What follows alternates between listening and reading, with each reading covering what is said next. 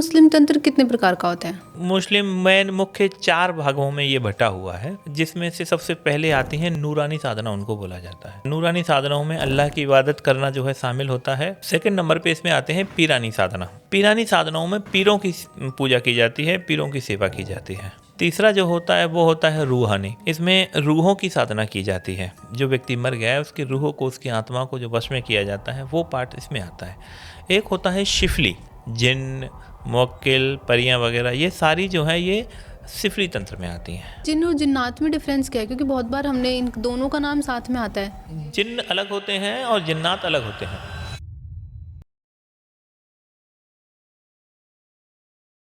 नमस्कार, स्वागत है आप सभी का तंत्र के इस नए एपिसोड में। आज के इस एपिसोड में हम बात करने वाले हैं उन रहस्यों के बारे में जिनके बारे में बहुत कम समझा जाता है, लेकिन लोगों के द्वारा बहुत कुछ कहा जाता है। आज का हमारा विषय है जिन्न और उससे जुड़ी कुछ रहस्यमयी मान्यताएं। क्या कभी आपने सोचा है जिन्न क्या होते हैं, कौन होते हैं, कितने प्रकार के होते हैं? आज के इस एपिसोड में हम इन्हीं टॉपिक्स को कवर करने वाले हैं कि जिन्न कितने प्रकार के होते हैं और किस तरीके से वो एक तंत्र में काम करते हैं, जिन्न कौन सी प्रथा से जुड़े हैं। इन सभी टॉपिक के ऊपर आज हम बात करने वाले हैं हमारे आज के बहुत ही स्पेशल गेस्ट हरीश सर से। तो चलिए शुरू करते हैं एपिसोड और सर से जानते हैं कि जिन्न की क्या मान्यताएं हैं। नमस्कार सर। आदेश। कैसे हैं सर? बस एकदम बढ़िया। तो सर, जैसे मैंने हमारी ऑडियंस को बताया कि आज हम जिन्न के बारे में बात करने वाले हैं, क्योंकि एक बहुत ही रहस्यमय टॉपिक है। इसके बारे में लोग बहुत जानते तो हैं लेकिन बात नहीं करना चाहते, या यूँ कहें कि उनको ज़्यादा पता नहीं है इस बारे में। तो सर, ये जो जिन्न होते हैं वो किस मान्यता से जुड़े हैं, अगर पहले मैं आपसे समझना चाहूँ तो? देखिए, जिन्न जो है ना मुस्लिम धर्म की शक्तियाँ हैं। अच्छा। हाँ, एक हमारा हिंदू धर्म होता है, लेकिन जिन्न जो है मुस्लिम धर्म में आते हैं। इस्लामिक शक्तियाँ हैं ये, और शिफली अमल में आते हैं। अच्छा। बहुत जिन्न पाकी नापाकी दोनों तरह के होते हैं, लेकिन बहुत अच्छे काम करते हैं, लोगों की मदद करते हैं। जो पाके जिन्न होते हैं उनको लोगों की सेवा करना बड़ा अच्छा लगता है। अच्छा, तो सर ये मुस्लिम तंत्र क्या होता है? मुस्लिम तंत्र में जो, एक तो हिंदू तंत्र में, हिंदू धर्म के अंदर जो तंत्र सिखाया जाता है उसे हिंदू धर्म का तंत्र कहा जाता है, ठीक है। लेकिन जो इस्लाम में या मुस्लिम अमल जो भी होते हैं, इसमें जो अमल होते हैं, तंत्र क्रियाएँ होती हैं, विद्याएँ होती हैं, मंत्र होते हैं, साधनाएँ होती हैं, वो सारी मुस्लिम तंत्र में आती हैं। सर, ये मुस्लिम तंत्र कितने प्रकार का होता है? देखो, मुस्लिम में मुख्य 4 भागों में ये बटा हुआ है, जिसमें से सबसे पहले आती हैं नूरानी इसमें साधना। इसमें साधना सबसे पहली जो साधनाएं होती हैं वो होती हैं, सबसे बड़ी साधना नूरानी साधना, उनको बोला जाता है, ठीक है ना। नूरानी साधनाओं में अल्लाह की इबादत करना जो है शामिल होता है, और कुरान की आयतों के जो मंत्र बनाए हैं, इन मंत्रों का, इनका जो अमल किया जाता है वो नूरानी अमल में आता है। सेकंड नंबर पे इसमें आते हैं पीरानी साधना। पीरानी साधनाओं में पीरों की पूजा की जाती है, पीरों की सेवा की जाती है। तीसरा जो होता है वो होता है रूहानी। इसमें रूहों की साधना की जाती है। कब्रिस्तान में जाकर के, या जो व्यक्ति मर गया है उसकी रूहों को, उसकी आत्मा को जो वश में किया जाता है, वो पार्ट इसमें आता है। एक होता है शिफली, चौथे नंबर पे। शिफली में आता है जिन्न, मुवक्किल, परियां वगैरह, ये सारी जो है ये सिफली तंत्र में आती हैं। ये चारों ही मुस्लिम तंत्र के पार्ट्स हैं। तो सर, ये जिन्न आत्माएं नहीं होती? नहीं, जिन्न आत्माएं नहीं होती। जिन्न का बेसिकली एक योनि है। जिन्न जो है, प्रेत हमारा जब मरता है व्यक्ति तो वो बंदा प्रेत बनता है। उस प्रेत में भी एक कैटेगरी होती है जो ऑटोमेटिकली प्रेत ही होता है, वो मनुष्य से प्रेत नहीं बना है। इसमें प्रेत 2 तरह के होते हैं। एक हमारा जो आमना सामना ज़्यादातर होता है वो मनुष्य द्वारा मरा हुआ व्यक्ति, जो उसकी शोल है, उसकी जो आत्मा है, उससे जो प्रेत बनता है, भूत बनता है, या कोई भी और रूप धारण करता है तो उससे संपर्क होता है। लेकिन एक प्रेत ही होता है। अच्छा, मतलब ये प्रकृति ने ही उत्पन्न किया इसे? हाँ, उसे प्रकृति ने उत्पन्न किया है, या ऐसा कह लो, या प्रेत प्रेतनी के मिलन से जो बच्चे पैदा हो रहे हैं वो प्रेत होते हैं। तो ऐसे ही जिन्न और जिन्नी के मिलन से जो बच्चे पैदा हो रहे हैं वो ओरिजिनल जिन्न ही होते हैं। व्यक्ति मर के भी जिन्न बन जाता है, लेकिन जिन्नों की एक अलग से ही योनि होती है। जिन्न पूरी अलग है, उसकी दुनिया पूरा का पूरा। जैसे इंसानों की दुनिया अलग है उस तरीके से ही? हाँ, उसी तरीके से जिन्नों की दुनिया पूरी अलग है। कुरान में ये वर्णित है कि जिन्न को आग से बनाया गया है। अच्छा। आग से इसको तैयार किया गया है। सर, अगर पूरे अच्छे से अगर मैं जिन्न को समझना चाहूँ तो आप जिन्न की क्या डेफिनेशन देंगे? जिन्न पाकी होता है सबसे ज्यादा, नापाकी पाकी भी जिन्न मीन्स होते हैं। सर? पाकी मीन्स अच्छा। शुद्ध रहता है, सात्विक आहार लेता है, लड्डू पे या मिठाई पे काम करता है, परोपकार ज़्यादा करता है, कोई गलत काम नहीं करता, गंदा काम नहीं करता, किसी को नाहक परेशान नहीं करता, किसी के कहने पर या साधक के कहने पर भी किसी को मारता नहीं है, सताता नहीं है, परेशान नहीं करता है, वो पाकी जिन्न होते हैं। एक होता है नापाकी जिन्न। नापाकी जिन्न क्या है कि किसी भी तरह का अच्छा बुरा नेगेटिव पॉजिटिव सारे काम कर देता है। किसी को परेशान करना, किसी को मारना, किसी को वश में करना, कोई भी गंदे काम करना, कुछ भी काम है वो सारे कामों को नापाकी जिन्न जो है कर देता है। तो ये जिन्न पाकी नापाकी दोनों जिन्नों में होते हैं। जो पाकी जिन्न होते हैं, नापाकी भी जिन्न ऐसे होते हैं, ये पाँचों वक्त के नमाजी होते हैं, पाँचों वक्त ये नमाज करते हैं। अच्छा। शुक्रवार के दिन ज़्यादातर जिन्न जो है आता नहीं है या नमाज के समय पे आता नहीं है। कम से कम नमाज के समय तो वो बिल्कुल बुलाने पर नहीं आएगा कि अगर मुझे ज़रूरत है और मैं बुला रहा हूँ, अगर नमाज का अगर समय है, 5 वक्त की जो नमाज होती है उस नमाज के समय पे वो नहीं आता। क्यों सर? वो नमाज ही करता है अपना, वो नमाजी होते हैं। पाकी जिन्न ज़्यादातर पूरे के पूरे सारे नमाजी होते हैं। कुछ जो नापाकी होते हैं वो भी नमाजी होते हैं, सारे नहीं होते पर। अच्छा, तो कितने टाइप के होते हैं सर ये? 2 ही टाइप के हैं, पाकी नापाकी 2 ही चीज़ों में बांटा हुआ। बाकी जिन्नों की जातियाँ बहुत हैं। अच्छा, आगे इनको जातियों में फिर हाँ, आके उनको डेफिनेशन जैसे है कि इफरित जिन्न एक होता है, हाफिज जिन्न होता है, हालिस जिन्न होता है, इस तरह से जिन्न बहुत सारे हैं। मरीद होता है, तलकोश होता है, ये हमारे देखे हुए जिन्न हैं अपने। तो इस तरह से बहुत सारे जिन्न होते हैं। सर, अगर किसी ने जिन की साधना कर ली, उसको सिद्ध कर लिया, तो क्या ऐसा होता है जिनको कुछ पसंद नापसंद जिनकी? हाँ, जिन्नों को देखो बहुत सी चीज़ें हैं जो पसंद हैं सबसे ज़्यादा। जैसे गुलाब जामुन जो है, काले रसगुल्ले हैं, काले गुलाब जामुन जिन्हें बोलते हैं, वो बहुत ज़्यादा पसंद होते हैं। सबसे ज़्यादा फेवरेट इनकी डिश जो होती है वो वही होती है। हाँ, बहुत से जिन्न हैं, खोवे की मावे के पेड़े जो बनते हैं या बर्फ़ी बनती है, मावे की स्पेशल मावे की बनती है, वो भी बहुत ज़्यादा पसंद होती है। अच्छा, तो सर इनको किस तरीके से भोग दिया जाता है? भोग ज़्यादातर लिया जाता है और दोने में किसी में या प्लेट के अंदर रख करके और सामने बस रख देते हैं। इसके नाम से उसे बोल देते हैं कि आपका भोग है, आप इसे स्वीकार करो, तो वो अपना भोग ग्रहण कर लेता है। अच्छा, इनके साथ भोग के टाइम पे कुछ वचन किए जाते हैं? क्योंकि अगर हम इनको देंगे तो ये तो फिर खाते जाएंगे। नहीं, ऐसा कुछ नहीं है। जैसे आप 2 मिठाई या 2 बर्फ़ी के पीस दे रहे हैं तो वो उतनी ही पीस लेती हैं, ज़्यादा पीस नहीं लेते। अच्छा, कोई वचन नहीं होता इनका? नहीं, ऐसा वचन का नहीं है। कोई भी भोग, कितना भी भोग आप खिला सकते हो, अपनी तरफ से वो खा सकते हैं। बोला अपनी तरफ से जाता है। जब हम वचन लेते हैं, वचन की अगर बात आ रही है, तो वो पहले से फिक्स होगा कि मैं 2 भोग 2 बर्फ़ी आपको दूंगा इस काम के बदले में। वो फिक्स करना पड़ता है। बहुत बार हमने आपसे ही सुना है कि जब तंत्र में हम किन्हीं शक्तियों का सिद्ध करते हैं तो उनसे वचन ही लिए जाते हैं उस टाइम पे कि भोग कितना उनको दिया जाएगा। मात्रा निर्धारित वचन के समय की जाती है, लेकिन वो फिक्स नहीं रहती है। कई बार कुछ काम करने के जिन कुछ मांग रहा होता है कि मुझे इसके बदले ये चाहिए, इसके बदले वो चाहिए, या इतना चाहिए, तो वो दिया जाता है। पर हर बार एक क्वांटिटी मात्रा फिक्स रहती है कि इतना चाहिए। अच्छा। हाँ, मिठाई मांग रहा है तो वो बोल देगा मुझे 5 बर्फ़ी के पीस चाहिए, 5 लड्डू चाहिए, इत्र वगैरह है, बहुत सारी चीज़ें इनकी चलती हैं। इनको जो इत्र पसंद है वो ऊद का इत्र इनको सबसे ज़्यादा पसंद है। ऊद का? हाँ, ऊद भी काला वाला। ऊद 2 तरह का आता है ऊद का इत्र, एक सफ़ेद वाला आता है, एक काला आता है। तो इनको काला वाला ऊद जो है वो सबसे ज़्यादा पसंद है। सर, ये ऊद क्या होता है? ऊद इत्र होता है, इत्र का नाम है सेंट का। एक सेंट आता है और वो मुस्लिम क्रियाओं में स्पेशली काम आता है। बहुत तीखा होता है। तीखा? हाँ, बहुत तेज होता है मतलब। तो सर, अगर इनके रूप की व्याख्या करें तो ये कितने बड़े होते हैं, किस तरह के दिखते हैं, ये क्या सुंदर दिखते हैं? सुंदर नहीं है ज़्यादातर। अभी तक जैसे जब साधना हुई है, अब तक जितनी भी हुई हैं, या बच्चों के सामने जितने भी जिन आए हैं अभी तक, मेरे सामने भी, तो जिन नॉर्मली एक व्यक्ति की हाइट में ही आता है। एक आप एक ऐसा देखेंगे कि सामने बस एक व्यक्ति खड़ा हुआ है, नॉर्मल 5-6 फुट का। हाँ, नॉर्मल। और उसका कोई वो नहीं है, बस बॉडी पे कहीं कहीं पे किसी के नाक में कुछ होता है, किसी के कानों में कुछ होता है, किसी की चुटिया होती है, किसी के बाल होते हैं, किसी के बिल्कुल नहीं होते हैं।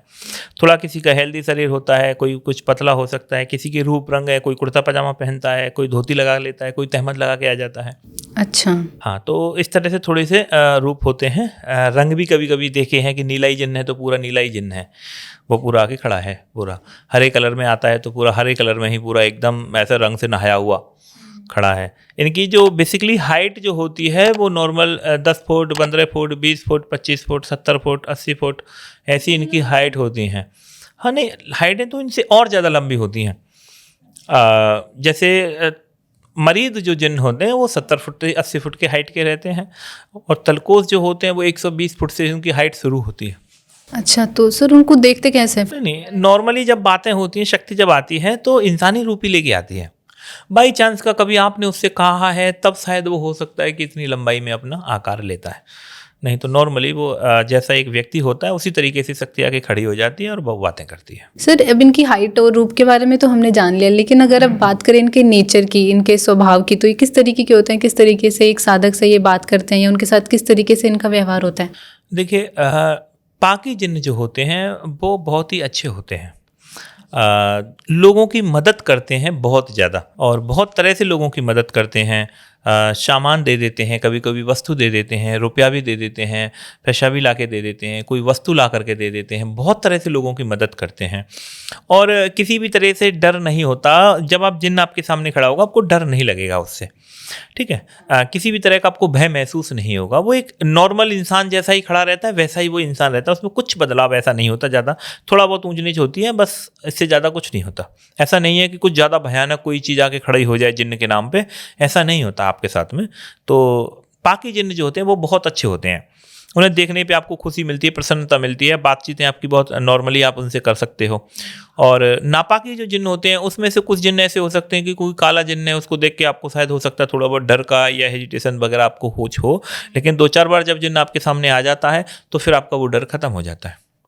आता वो भी इंसानी ही रूप में है, सारे की सारी शक्तियाँ जो हैं, तो उनमें ऐसा कोई डर नहीं है, ऐसा कुछ भय नहीं होता है कि जिससे आजकल जिस तरह का डर माहौल बनाया हुआ है जिन्नों को लेकर के, सबसे ज़्यादा आदमी जिन्न से डरा हुआ है, बोल देता है कि जिन्न है भाई। नॉर्मली हम यहाँ पे ऐसे ही बोलते हैं लोगों से कि समाज में आज किसी को पूछोगे तो वो बोलता है कि भाई जिन्न बहुत खतरनाक शक्ति है, सबसे बड़ी शक्तियाँ हैं वगैरह वगैरह।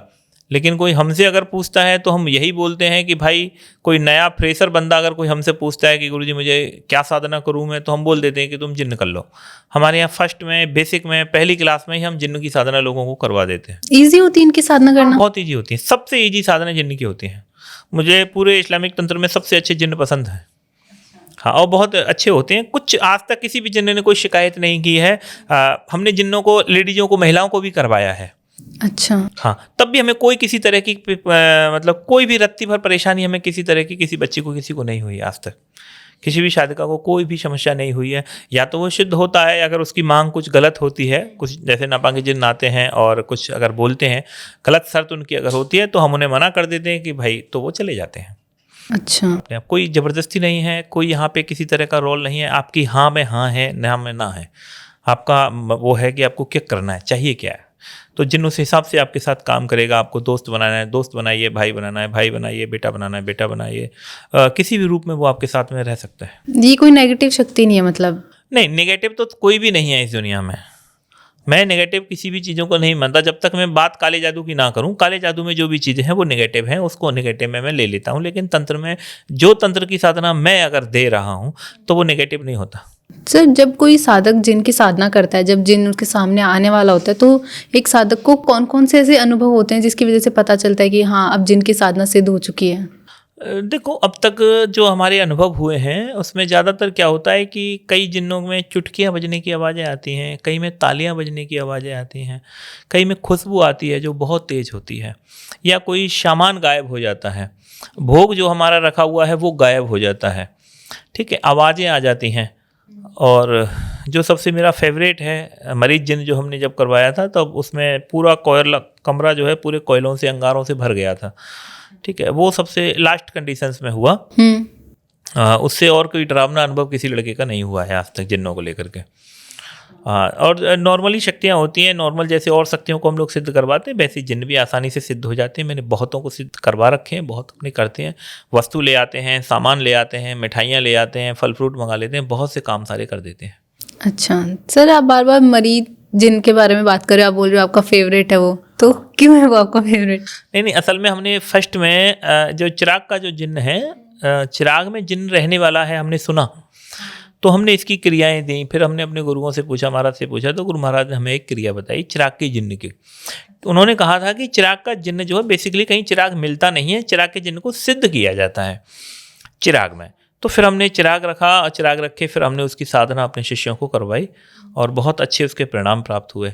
तो उससे जो पहला हमारा जो जिन्न सिद्ध हुआ था, एक लड़के को मरीद जिन्न था, मतलब मरीद उसकी कौम है, जाति है एक तरह से, तो उससे था वो मरीद है और बहुत शक्तिशाली था, बहुत ताकतवर था।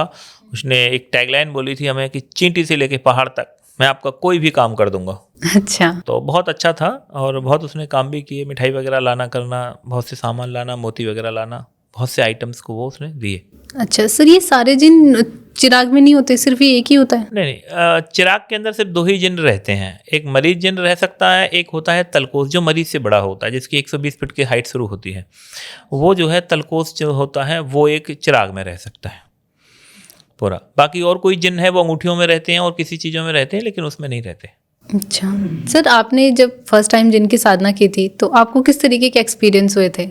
वो मैं कई वीडियो में बता चुका हूँ ऑलरेडी। मेरा जब प्रसाद वगैरह जो गायब हुआ था वो जिन्न की साधना में हुआ था बेसिकली, और बहुत अच्छी आसानी से जिन्न सिद्ध हो जाते, कोई ऐसी प्रॉब्लम नहीं आती। मेरा मतलब अनुभव में वही है कि आपका भोग है वो प्रत्यक्ष में ही ले जाता है। जिन्न को बेसिकली सबसे ज़्यादा इस काम के लिए जाना जाता है कि कोई भी आपकी वस्तु जो आ रही है वो गायब हो जाए। जो आपने भोग दिया है वो गायब हो जाता है, या वस्तु लाने के लिए उसको कोई भी सामान वो दे देता है। कई लड़कों को मोती वगैरह मिल जाते हैं और बहुत छोटी मोटी सामग्रियाँ मिल जाती हैं, कभी कभी बहुत सी चीज़ें मिल जाती हैं, कंचे मिल जाते हैं। बहुत लड़कों को मिले, हमारे कई शिष्यों को कंचे मिले हुए। एक मुखबिर जिन्न की साधना है, बहुत प्यारी साधना है, 1 दिन का अनुष्ठान है और वो भी बहुत लड़कों को सिद्ध हुआ है। मुखबिर जो है बहुत शक्तिशाली होता है, उससे कुछ भी पूछो कुछ भी बताता है। क्या खास होता है उसमें सर? किसी की भी जानकारी दे देना तुरंत तत्काल, किसी की भी? किसी की भी, कितनी भी दूर हो चाहे से वो। हाँ, चाहे कुछ भी हो, कोई भी हो, कहीं का भी हो, कैसा भी, डिटेल्स लाने के लिए मुखबिर जिन्न सबसे बेस्ट जिन्नों में, और उसका काम ही है खबर देना। कितना टाइम लगता है? 1 दिन में सिद्ध हो जाती है, 2 घंटे में। अच्छा बस? हाँ, बहुत फेवरेट है, वो बहुत अच्छा है। मुखबिर जिन्न भी बहुत लोगों को सिद्ध हुआ और बहुत लोगों ने काम किए उससे, बहुत चमत्कार उसने लोगों ने किए हैं। और तुरंत कहीं भी कोई गया हुआ है, खोया हुआ है, तुरंत बता देते, उसकी एग्जैक्ट लोकेशन बता देते कि ये बंदा इस समय यहाँ पर है।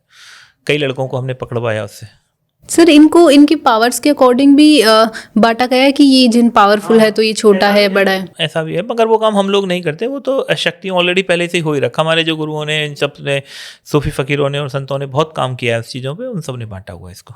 सर, जैसे अभी हमारी बात हो रही है कि चिराग होता है, और हमने टीवियों में भी बहुत बार ऐसे देखा है कि बहुत सारे शो ऐसे आते थे जिनके अंदर चिराग को घिसने के बाद में जिन आता था। तो ये सच में चिराग का जिन होता है? हाँ, होता ही है ना, मैं बता तो रहा हूँ ना। हमने लगभग अब तक मैं 7 से 8 लड़कों को ये चिराग वाला जिन्न सिद्ध करवा चुका हूँ ऑलरेडी। चिराग आप घिसते हैं, उसी में से जिन्न निकल के आता है, उसी में ही रहता है, चिराग में ही रहता है, वो रियलिटी है। पर ऐसा नहीं है कि कोई और चिराग ले ले और चिराग घिसे तो उसमें से जिन्न निकल आए। वो जिसने सिद्ध किया हुआ है उसको, वही उसको घिसेगा और वही उसको प्रकट करेगा। लोगों को ऐसा लगता है जैसे जिन्न कई अंगूठी में रह रहे हैं, तो अंगूठियों को अगर कोई घिसेगा तो उसमें से जिन्न नहीं निकलेगा, दूसरे के घिसने से नहीं निकलेगा। ये जैसे आपका फ़ोन जो मोबाइल है वो आपका पासवर्ड मांगता है, सिर्फ आपसे ही खुलेगा, वो दूसरे से नहीं खुलेगा। कि आपका फिंगर लगेगा तो ही आपसे अनलॉक हो, दूसरे के फिंगर से काम नहीं करेगा। तो चिराग का जिन्न भी वही है कि जब वही बंदा उसको रगड़ेगा तो ही उसमें से चिराग का जिन्न प्रकट होता है। अच्छा सर, चिराग कहाँ से आता है? चिराग तो नहीं, मार्केट में मिल जाते हैं आसानी से। पीतल के चिराग बहुत अच्छे, बहुत प्यारे, सुंदर सुंदर मिलते हैं। आप मार्केट जा कर के ले आओ और उसी में बैठ के उसको रख के उसकी लैंप जलाया जाता है, उसमें तेल भर दिया जाता है, लैंप जलाया जाता है। पूरे 41 दिन की साधना होती है, लैंप जलता रहता है। जब चिराग उसमें आता है तो फिर वो लैंप को खाली कर दिया जाता है, तेल खाली कर दिया जाता है, बुझा के उसको, फिर वो उसमें निवास करता है और बस अपना आराम से मस्त उसको रहता है। जब हमको ज़रूरत पड़ती है तो हम चिराग को रगड़ के बुला लेते हैं या मंत्र पढ़ते हैं तो भी वो हाजिर हो जाता है। चिराग को सिद्ध करना पड़ता है, मतलब पहले साधना को सिद्ध करना पड़ता है, जिन्न को सिद्ध करना पड़ेगा। हाँ, चिराग तो नॉर्मल रहता है। सर, जैसे अभी हमने हाइट की बात की थी जिन की, आपने बताया था कि बहुत बड़ा, जो सबसे बड़ा जिन जो होता है वो 175 फीट समथिंग का कुछ होता है। तो सर, इनकी हाइट किस तरीके से नापी जाती है? मतलब सबसे छोटा जिन कितने हाइट का होता है और सबसे बड़ा जिन कितने हाइट का होता है? हाइट से शक्तियों पे, ताकत पे फर्क नहीं पड़ता। एक जिन बहुत छोटा होता है, 1.5 फुट जितना, वो भी बहुत शक्तिशाली होता है। हाँ, हाइट से शक्ति का ज़्यादा कनेक्शन नहीं है, लेकिन बड़े का मतलब थोड़ा बड़ा होता है। जैसे 120 फुट की हाइट का अगर कोई जिन है तो वो बहुत ज़्यादा शक्तिशाली है 70 फुट की हाइट वाले से। अच्छा। हाँ, लेकिन कुछ शक्तियाँ ऐसी होती हैं जो 1.5 फुट का होता है, 1.5 फुट का होता है, वो बहुत ज़्यादा शक्तिशाली होता है। 70 फुट की हाइट से भी 1.5 फुट वाला शक्तिशाली होता है कई बार। इसमें जातियाँ जो है, कौन सी जाति का, एक इफरित जिन्न होता है, वो भी बहुत शक्तिशाली होता है, पर जब मरीज के पास जाएगा तो मरीज से छोटा हो जाता है। एक जिन्नात होते हैं, जिन्नात जो है वो जैसे इफरित जिन्न हो गया, इफरित जिन्न से जिन्नात जो है वो बड़ा हो जाता है। लेकिन जब बात उसकी आती है मरीज की, तो मरीज से जिन्नात छोटा हो जाता है। मरीज ताकतवर ज़्यादा रहता है, और मरीज से और ज़्यादा ताकतवर होता है तलकोस जिन्न। तलकोस से भी और जिन्न कई से जिन्नों की योनियां हैं जो पाई जाती हैं, बहुत शक्तिशाली जिन्न होते हैं, वो बहुत ज़्यादा शक्तिशाली होते हैं। अच्छा सर, ये जिन्न और जिन्नात में डिफरेंस क्या है? क्योंकि बहुत बार हमने इन दोनों का नाम साथ में आता है। जिन्न अलग होते हैं और जिन्नात अलग होते हैं, दोनों ही होते हैं। जिन्नात ज़्यादातर एजेड लोग होते हैं, लगभग 60-65 की उम्र का व्यक्ति तुम्हारे सामने आके खड़ा होता है, वो जिन्नात होता है ज़्यादातर, अब तक देखे गए हैं सारे।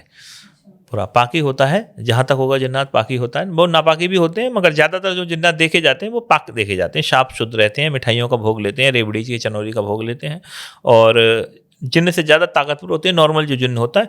कोई भी सामान, कोई भी वस्तु, किसी भी चीज़ को उठा के ले आना, रख देना, वो सारे काम वो जिन्नात करते हैं बहुत अच्छे से। अच्छा, ये जिन्नात दिखते कैसे हैं? भाई इंसान, हाँ सेम जिन्न जैसा ही दिखता है, इंसान जैसा ही आके दिखाई देगा। अच्छा, बस ये एज्ड होते हैं, ये डिफरेंस होता है इनके अंदर। जिन्न जहाँ तक एकदम नए लड़के के रूप में, 18 साल के लड़के के रूप में खड़ा हो जाता है, जिन्नात 18 साल के लड़के के रूप में नहीं आता, वो लगभग 40, 45, 50, 60 साल का व्यक्ति के रूप में ही दिखाई देता है जब तक। सर, ये जिन्न सबसे ज़्यादा पाए कहाँ जाते हैं, रहते कहाँ हैं ये एक्चुअल में? देखिए, जिन्न ज़्यादातर अंधेरी जो गुफाएं हमारी जो खाली पड़ी हैं, उन गुफाओं में ज़्यादातर जिन्नों का बसेरा रहता है। कई सारी गुफाएं हैं, बहुत सारी, और एक नूह है, एक जगह हमारे यहाँ हरियाणा में पड़ता है, मेवात साइड में। तो नूह के पास में एक गुफा है, झिरका के पास पड़ती है वो, ठीक है। तो उस झिरका के पास में एक गुफा है, उस गुफा में बोलते हैं कि वहाँ जिन्नों का बसेरा है, जिन्नों का गांव है, और वो रियल बात है। हम लोग वहाँ पे गए हुए हैं, तो जाके बाकायदा हम वहाँ मिल के आए हैं, देखा हुआ है कि हाँ वहाँ जिन्नों की पूरी एक बस्ती बसी हुई है। उस बस्ती का नाम है अलसीमिया। वो अलसीमिया नाम का एक गाँव है छोटा सा जिन्नों का, वो वहाँ पूरा बसा हुआ है वहाँ पे। और आसपास के लोगों को भी वो बहुत सी चीज़ें वहाँ पे महसूस होती हैं, बहुत से चमत्कार वहाँ पे घटित होते रहते हैं। तो वो एक गुफा है जहाँ पे वो जिन्न रहते हैं। सर, हमने तो टीवी वगैरह में बहुत बार ऐसे देखा है कि जिन्न जो होता है वो हवा के रूप में या एक गैस के रूप में होता है, जैसे एक प्रत्यक्ष रूप में नहीं दिखाया जाता। तो ये लोगों को पता कैसे चलता है कि ये जो गाँव है वो जिन्नों का है, इस गुफा में जिन्न रहता है? जिन्न प्रत्यक्ष रूप में थोड़ी रहता है कोई। नहीं, जिन्न प्रत्यक्ष नहीं रहता है, लेकिन अफवाहें उड़ी रहती हैं। हमारे जैसे जो तांत्रिक लोग हैं, अब जैसे मैं बता रहा हूँ ना कि मैं वहाँ गया हुआ हूँ, ऑलरेडी वहाँ देख के आया हुआ हूँ, तो मैं बता रहा हूँ, अब मैं आपको बता रहा हूँ, आज ये हजारों आदमी देखेंगे इसको तो इनको पता चलेगा, वो होता है। तो इस तरह से जो हमारे गुरु हैं और गुरुओं के गुरु हैं, उन्होंने सब देखा है, जाना है, बुझा है, जो प्रैक्टिकली हुए हैं वो फैलते हैं समाज में। हाँ, बस ये है कि कुछ उस पर बिलीव करते हैं, कुछ सब्जेक्टों पे बिलीव नहीं करते, वो कहते हैं कि नहीं ये झूठ है। लेकिन जब हमारे जैसे लोग जाते हैं, उसको प्रैक्टिकल देखते हैं, रिसर्च करते हैं, ढूंढते हैं, तो पता चलता है कि वो सही है। अफवाहें सारी झूठी नहीं होती। बिल्कुल। सर, ये जिन्न को सिद्ध करना ही ज़रूरी है या फिर ये खुद से भी लग जाते हैं लोगों को कई बार? खुद से भी लग जाते हैं, जिन्न तो सबसे ज़्यादा लगता है खुद से, बिना सिद्ध किए। ज़्यादातर खास तौर से महिलाओं के ऊपर ये हेरेसमेंट करने के लिए ज़्यादातर जाना जाता है। नापाकी जो जिन्न होते हैं वो बहुत ज़्यादा आते हैं और लेडीज़ों के साथ में लग जाते हैं, उनको परेशान करते हैं, तंग करते हैं, और बहुत गंदे तरीके से उनको तंग करते हैं। तो फिर इनका इलाज किया जाता है। सबसे ज़्यादा जिन्न जो है इस मामले में ज़्यादा लगते हैं। अगर किसी पे लग गया जिन्न, तो उसे कैसे पता चलेगा कि मेरे ऊपर जिन्न का साया है? वो तो जिसको लगा है उसे तो दिखता ही है ना, वो पूरा हाँ पूरा दिखता है फिजिकली। जब उसके साथ में होता है तो उसे पता ही चलता है सब कुछ, सपना नहीं होता, उसे तो पता चलता है कि हाँ कुछ हो रहा है पूरा का पूरा। और वो जब फैमिली को, परिवार के लोगों को जब बताती है तो फिर वो लोग जाते हैं, इलाज करवाते हैं, फिर उस जिन्न को पकड़ के हटाया जाता है। अच्छा, कौन कौन से केसेस में जिन्न लगने के ज़्यादा चांसेस होते हैं? जैसे चौराहे पे हम जाते हैं तो बोलते हैं कि इसमें भूत वूत। नहीं, ऐसा कुछ नहीं है। जिन्नों का ऐसा कुछ नहीं है। जिन्नों को अगर कोई लड़की पसंद आ जाती है तो वो लग जाते हैं। कभी कभी एक दो केस में हमारे में उसको खुशबू उसकी अच्छी लग गई, तो वो खुशबू पर ही उसके ऊपर मदहोश होके आ गया। एक कोई महिला थी, वो इत्र का यूज करती थी, तेल का, मतलब बालों में जो तेल लगाते हैं ना, उसी के ऊपर ही वो फिदा होके आ गया था पूरा। तो जिन्न का क्या है, कभी इत्र है, इनको सुगंधी बहुत पसंद है, तो हो सकता है आपको साथ सुगंधी के साथ आपके साथ में आ जाए। किसी भी चीज़ पर अटैक्ट हो सकता है, आपके ऊपर हो सकता है। इनको ब्लड की जो खुशबू है वो भी आकर्षित करती है। हाँ, एक केस हमारे पास ऐसा भी आया था, और जब जिन्न की हमने साधना करवाई थी तो जब जिन्न आया था तो उसने कहा था मुझे इनकी ब्लड की खुशबू बहुत ज़्यादा पसंद है। तो खून की महक लेकर के भी ये लोग आते हैं पूरे। तो बहुत सी चीज़ें हैं जो जिनको आकर्षित कर सकती हैं। कुछ गलतियां हो जाती हैं, कभी कभी कुछ मिस्टेकें लोगों से हो सकती हैं, तो भी जिन्ना ज़्यादातर आ जाते हैं कि हम कहीं पे मस्जिद वगैरह पे या कहीं पे गए हैं, मज़ार पे कहीं पर गए हुए हैं, वहाँ पे कोई पूजा वगैरह अगर कोई कर रहा है, व्यक्ति ठीक से नहीं कर रहा है, या कहीं टॉयलेट बाथरूम कहीं पर किसी मज़ार के पास में उसने कर दिया, तो और वहाँ कोई जिन्न का स्थान हो तो वहाँ से भी जिन्न लग लेते हैं। धर्म भी देखते हैं क्या सर ये जिन, जैसे आपने बताया कि मुस्लिम शक्तियाँ हैं, तो क्या मुस्लिम लोगों में ज़्यादा लगती हैं फिर हिंदुओं में भी? नहीं, ऐसा कोई नहीं है इनका। शक्तियों में ज़्यादातर इस चीज़ को लेकर के धर्म का बवाल नहीं है कि मतलब किसको लगेंगी किसको नहीं लगेंगी, या किसको सिद्ध होंगी किसी को सिद्ध नहीं होंगी। कोई भी शक्ति ऐसा नहीं है कि अप्सरा, कोई मुस्लिम बंदा अगर अप्सरा करे तो अप्सरा ये आके उससे मना कर देगी, नहीं भाई तू मुस्लिम है, मैं नहीं आ रही तेरे पास। या तो वो उसके पास आएगी ही नहीं, या आएगी तो फिर पूरे तरीके से उसके साथ रहेगी। अच्छा, शक्तियाँ भेदभाव नहीं करती? शक्तियाँ इस चीज़ का भेदभाव नहीं करती। हाँ, आएंगी नहीं। अगर कोई भेदभाव कर रही है या तुम्हें मान लो कोई पसंद नहीं कर रहा है तो वो आएगा ही नहीं, तुम्हें कुछ भी पता नहीं चलेगा। हाँ, सब कुछ जीरो हो जाएगा तुम्हारा। तुमने पूजा साधना पूजा कुछ भी किया वो सब जीरो हो जाएगा। सर जिन जब किसी इंसान पे लगता है तो उस इंसान को क्या ऐसे लक्षण दिखाई देते हैं कि उसे पता चले कि मेरे ऊपर जिन है? देखो, जिन्न के सबसे बड़ी जो खासियत होती है कि वो पहले तो जो मरीज को दिखता ही है ज़्यादातर प्रत्यक्ष रूप से। बाई चांस अगर नहीं भी किसी को दिखता हो तो खुशबू आना बहुत इसका बोध कराता है। एक खुशबू आती है, बहुत तीव्र खुशबू आती है, जिससे उसे पता चलता है कि हाँ जिन्न आया हुआ है। हाँ, इनकी अलग से ही खुशबू होती है और हर जिन्नों की अलग अलग खुशबुएं होती हैं। उनसे पता चलता है कि हाँ जिन्न इसको आया हुआ है। अगर वो किसी को लगा हुआ है और सपने में वो महिला अगर किसी सफ़ेद वस्त्र पहने हुए किसी व्यक्ति को देख रही है, वो उसके साथ फिजिकल हो रहा है या कुछ गलत उसके साथ कर रहा है, और एकदम सफ़ेद है या मुस्लिम बंदा है, सर पे टोपी लगा रखी है, पहचान में आता है कि हाँ ये कोई मुस्लिम शक्ति है, तो वो 100% जिन्न होता है।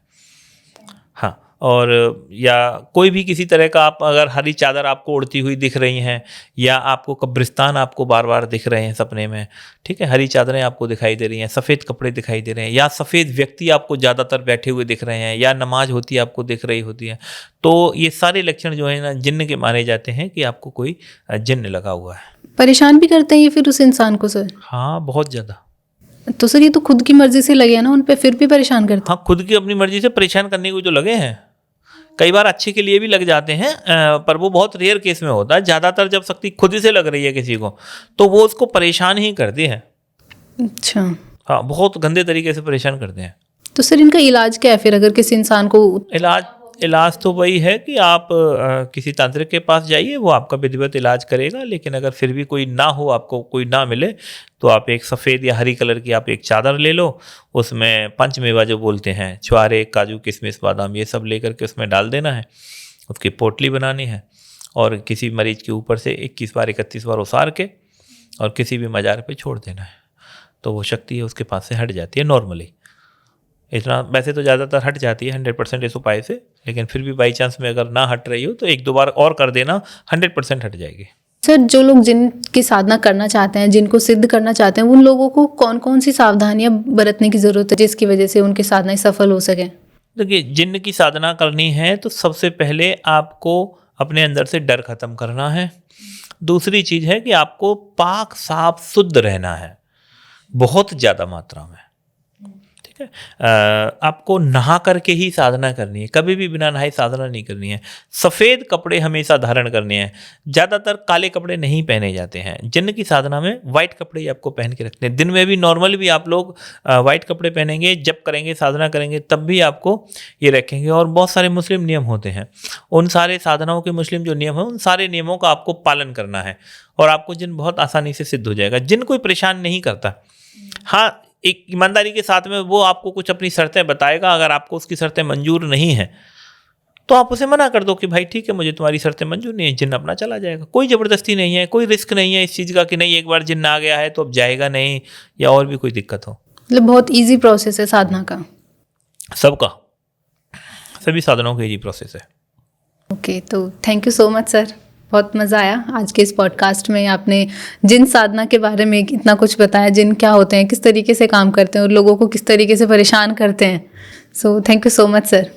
आई होप हमारी ऑडियंस को भी आज का एपिसोड पसंद आया होगा, जिनके बारे में उन्हें बहुत कुछ जानने को मिला होगा कि किस तरीके से ये मुस्लिम शक्तियाँ काम करती हैं और किस तरीके से इनसे बचा जा सकता है, किस तरीके से इनसे हम राहत पा सकते हैं। तो अगर आप लोगों को भी आज का ये पॉडकास्ट पसंद आया हो तो don't forget to like share and subscribe the channel. Thank you sir. ठीक है, आदेश।